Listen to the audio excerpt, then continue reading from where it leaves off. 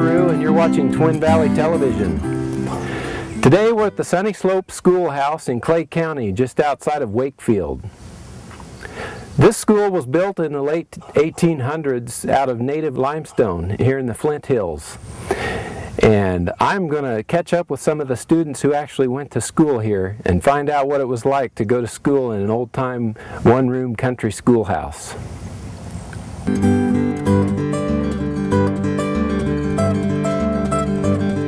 Today we're with Mr. Lawrence Conroe at the Sunnyslope School here at Wakefield, and we're having a tour of his schoolhouse from his school days when he was a boy. And Mr. Conroe, thank you for coming out with us today. And That's it. So you went to school here? I went 8 years there. 8 years in the 20s. In the 20s. Let's see, I probably got out of here I graduated from high school 35, so I'll probably come out of here about 31. I see. I went through, I don't know why they started me so early, but I was through first grade and I was still 5 years old. I'll be darned. I graduated from high school when I was 16, so. And she started the school, they had a dugout up here along the top of this hill in the pasture back up there, and that's where they went to school in. I'll be darned. And then they built this schoolhouse. It had been back in 18-something. And she went to school here, my dad went to school here, and I went to school here, and my kids went to school here. Carolyn Myers. My maiden name was Conroe. I teach at St. George Elementary. Actually, I'm an aide because I retired from there and went back as an aide. How long did you teach? About right around 30 years. Okay, so a veteran teacher I'm talking to here. Yes. I've been around for a long time. All right. No. Well, this is interesting then, because today we're talking about the Sunnyslope School and your experience there, so it'll be interesting to hear what you have to say about that, and then what you see is going on with education today, and maybe make some comparisons. Jeffrey Conroe. And you live here in Topeka? I live here in Topeka for the last 21 years. Okay. Here at Cottonelle Clinic. But the reason we're here visiting today is that you're an alumnus of the Sunnyslope School in Wakefield. That's right, yeah. So. Started it when I was first grade and went through the fifth grade there in 1958 to 1963. And when I finished in 63, that was when they were consolidating the school districts, and that's when the year they shut the school down. Well, I wonder if you could kind of describe a school day for me. What a typical day would be like. What time did things start, and how did your day begin? Well, school started at 9 o'clock. And you'd start out with saying the flag salute, singing either America the Beautiful, America, or the Star Spangled Banner, and say the Lord's Prayer. And then I suppose, start out with reading. I don't remember for sure. But start through the classes on that. And then we probably did math, I don't know. And then it was recess. We had a recess in the morning. And then come back in, and then we'd have lunch. And I think that was 12. But we had like an hour, as I remember it. From 12 to 1 was our lunch and recess, which must have been fantastic. That's a long time. Yeah, that yeah, is. The teacher gets a nice long break Right. too to recover. And then in the afternoon we'd have another recess. So we get lots of recesses. But we went until like 4 o'clock in the afternoon. Okay. And Grandma told me you'd put your lunch buckets out here. Yeah. And coats? It was real cold. We done sat around the stove, but. Did you have to walk to school then? Yeah. How far of a walk was it? Well, I'll tell you, if you went around the road, it was 2 miles. But we used to always take off across the hill here and go over the pasture, and that was about a mile if you'd go that way. But sometimes, well, when it was really cold, and we could go over the hill and get in a big old ditch and fall down one right to our home place. We'd walk across the pasture, and that was the quick way. And then going after school, while we'd walk home through the pasture, but we'd walk with the Sutters, and we'd get to the fence line, and they'd go one way, and then we'd go the other to home. Sometimes we walked along the highway. We rode our bicycles sometimes, and then Mom and Dad would bring us. And rode the horse one time. Rode the horse one time. I either rode my bike, or we could.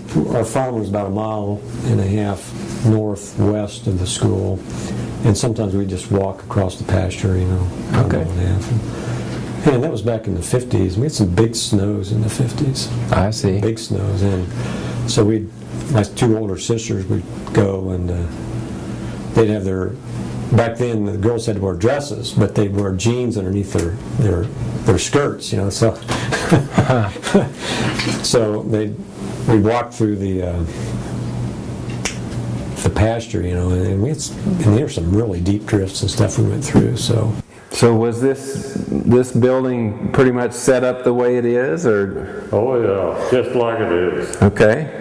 Put the seats on runners, but so you could move them, but they used to be fastened right to the floor. It was pretty much the way you see it then. Yeah, double seats was on this side, single seats was over there, and then there was littler double seats clear along the wall. Something about the desks. There were small desks, and then there were these big double desks. And when you were little, you sat in the small desk. And then when you got to be big kid, like 4th grade or probably 4th or 5th, then you got to move over to the other side of the school and sit in the big desk. I see. And I remember every day, night before school started, I'd always have this dream that I'd go to school and want a certain desk, and I didn't get it. Somebody beat me to it. So you got to choose your desk where you were going to sit, and then that was yours for the rest of the year? Is that Yep. kind of how that worked? And, the older you were, the further back you got. Like the big 8th graders, they got to sit clear in the back desks. Her desk was up there, it's gone, there it is over there. And it was set up here on this stage, what we used to call it. She'd call class sometimes there was twice as many double seats up here, but kids would be here like 7th grade or 8th grade or something, and she'd be having class with them while the rest of them done their studying. I see. And I wondered how does that work when she's teaching all the different grades? I don't know, it seemed to work all right. It sounds crazy, but does the way they operate today. My aunt was a teacher in a country school, and she mentioned that she didn't like it because she was all alone. There was no other adults to visit with, so Yeah. there would be that side of it. Yeah. I think if you were kind of an independent, it might be an ideal place. yeah, trying to put myself in their shoes now, I don't know how they did it. Organizing 8 grades of kids and keeping everybody engaged. Yeah, and just how when you're teaching one group up here and then you got somebody misbehaving in the back. I don't remember a lot of misbehaving, but I'm sure there was. And That's what I was going to ask. Do you remember anything about how they would handle kids that get out of line, or? you have to stay in for recess. Okay, that was the big punishment. That was bad, You have to stay in for recess. So, and I think they still do the same thing today. Sure. But, that was as bad as I ever saw it go. The kids were pretty well behaved. They all knew each other, and your parents. If you got trouble, if you did something at school, they would back up the teacher 100%. There wasn't any of this going back and forth between the teacher and the parents. It was pretty much of a united front. I can tell you that. So. It's changed a little bit these Probably days. so, yeah. The older ones would listen to the younger ones read, and if we had a question, of course the teacher was busy, so you couldn't go up and ask her a question in the middle of a class, so you could always go to an older student and they could help you with a math problem or whatever you were doing.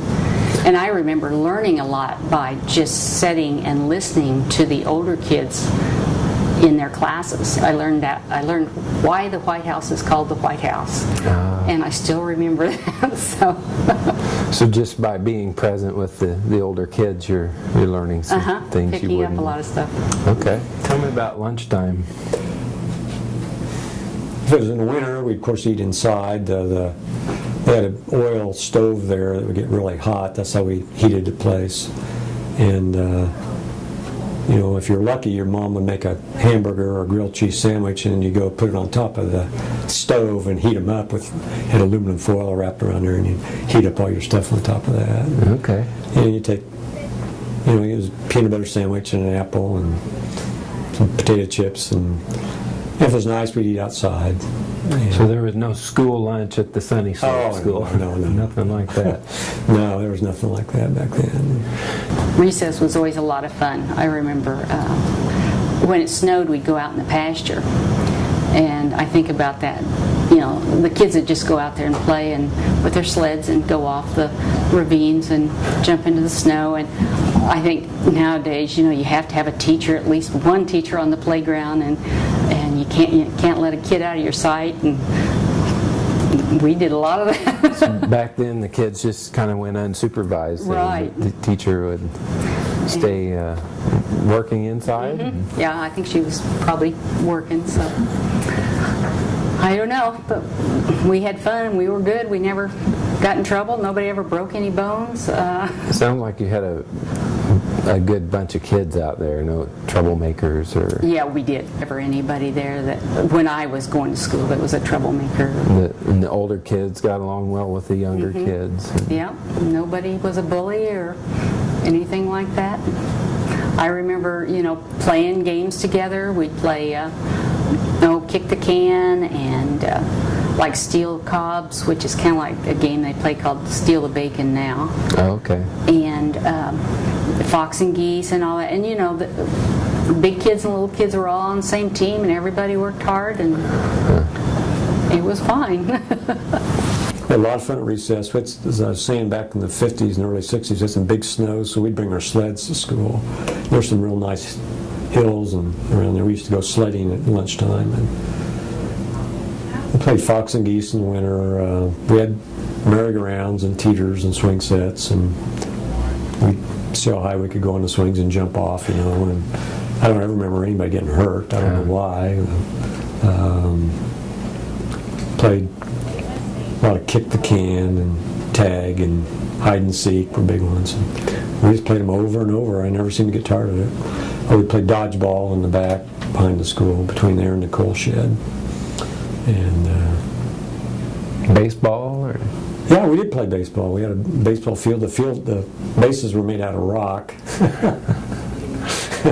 Had an old backstop with a bunch of holes in it, and we would play. In fact, we would go around and play other country schools. We had our own team, and so your team was, you might have a first grader in right field and an 8th grader pitching and a 3rd grader catching, and how fun!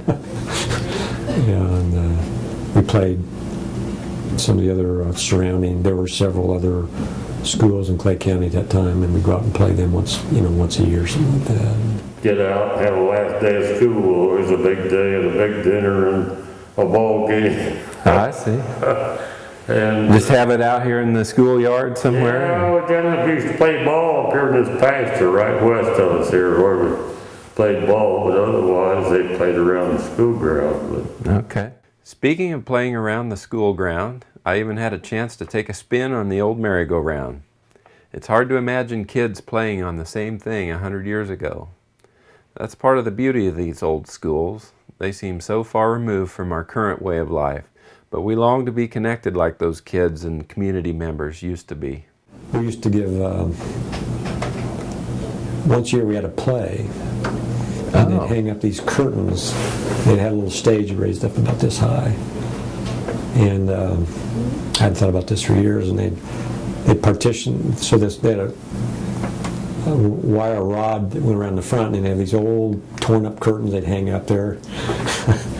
And we'd have a little play, and then all the whole school did, every grade did. All grades, everybody was in it, and then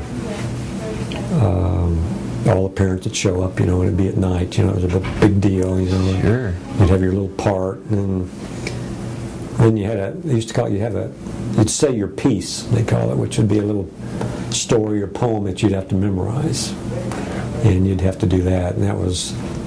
You practice and practice so you could say your piece well, without anything. I can see the little kids all nervous. Oh yeah, everyone's nervous, and excited, and Sure. parents were kind of excited, because you just didn't have a lot of extra entertainment back then, so it was kind of a different place. Yeah.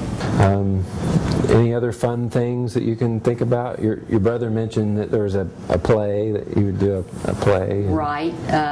Every Christmas and the last day of school, there would be plays. And these pictures I have are of the plays. Okay. In fact, that's my brother there. Oh, wow. So. This is out at the school. Yeah, we'd practice. I remember we'd put up the curtains and practice, and it was a lot of fun. I don't think we had much school during those days, but So did that serve as your Christmas party then? Is that? we'd do it for the night we had like the community supper. Everybody would come and we'd have the play, and then we'd have a potluck supper, and I thought, probably had a gift grab bag. I don't remember, but there was something so it was fun. And then the last day of school, we'd kind of do the same thing, but then after we get done with dinner, then we'd go out and have a softball game with our parents, mostly our dads, up on the field. And we played up in the pasture, and we had rocks for our bases.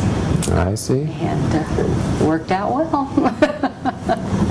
Is there any way that can be tied to what you do now? Do you think maybe those formative years helped you in any way in what you do? Or maybe it probably taught you to get along with different kinds of people. I mean, we're young and old all mixed in together. Maybe that helped in some ways. I don't know. Yeah. Yeah, I can really understand the children that have a hard time learning to read, and I know how they're feeling. And so whenever I teach reading, I usually get the group that is struggling, and I ask for it because I know how they feel, and so I work real hard to try to get them over that hump and get them going.